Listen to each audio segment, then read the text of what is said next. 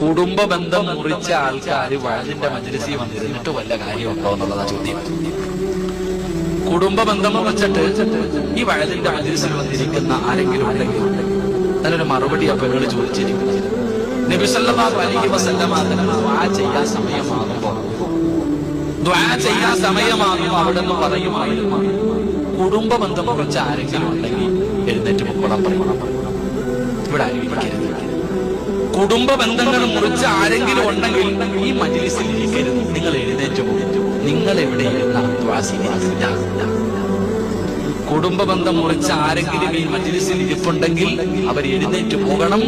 ഇവിടെ ഇരുന്നാൽ ദുആ സ്വീകരിക്കുക എന്ന് മഹാനായ നബിയുനാ റസൂലുള്ളാഹി അവിടെ നിന്ന് പറഞ്ഞു കൊടുക്കുമായിരുന്നു.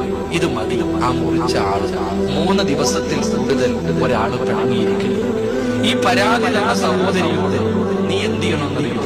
ധൈര്യമായിട്ട് നിന്നോട് പിണങ്ങിയിരിക്കുന്ന ആളോട് പോയി നീ സലാം പറയണം. അവൾ മടക്കുകയോ മടക്കാതിരിക്കുകയോ കളിയാക്കാതിരിക്കുകയോ ആട്ടിയിറക്കുകയോ എന്തു വേണമെങ്കിലും ചെയ്യട്ടെ, നീ സലാം പറഞ്ഞു നിനക്ക് സ്വർഗ്ഗത്തിൽ അല്ലാഹുവിന്റെ വീട് തരുമെന്ന് നബി മുഹമ്മദ് മുസ്തഫ. മടക്കുന്നത് മടക്കാതിരിക്കുന്നത് അവളുടെ ഇഷ്ടം. നീ എന്തിനാ പേടിക്കണേ? നീ പോയിട്ട് സലാം പറ, നീ രക്ഷപ്പെടും. അല്ലാഹു രക്ഷ കൊടുത്ത് മാറാകട്ടെ.